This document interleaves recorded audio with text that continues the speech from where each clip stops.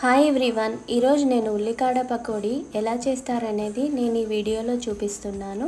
దానికి కావాల్సింది 2 కట్టల ఉల్లికాడ తీసుకొని అది మంచిగా కడుక్కొని సన్నగా చిన్నగా కట్ చేసుకొని నేను చూపించిన విధంగా కట్ చేసుకొని పక్కకు పెట్టుకోవాలి. తర్వాత ఒక గిన్నెలో 2 కప్పుల శనగపిండి వేసుకొని అందులో పసుపు, కారం, ఉప్పు, అల్లం వెల్లుల్లి పేస్ట్ వేసుకొని మంచిగా కలుపుకున్న తర్వాత ఈ ఉల్లికాడ కట్ చేసి పెట్టుకున్న ఉల్లికాడ కూడా వేసుకొని మంచిగా కలుపుకొని కొన్ని నీళ్లు పోసుకుంటూ ముద్దలాగా ఇలా నేను చూపించిన విధంగా కలుపుకొని పక్కకు పెట్టుకోవాలి. ఇది కలుపుతున్నప్పుడే స్టవ్ పైన గిన్నె పెట్టుకొని ఆయిల్ పోసుకొని అది వేడైన తర్వాత చిన్న పకోడీలాగా వేసుకొని లైట్ బ్రౌన్ వచ్చేంత వరకు ఫ్రై చేసుకుంటే సరిపోతుంది. అంతే, ఉల్లికాడ pakodi ready. Please like, share and subscribe my channel. Thank you for watching my video.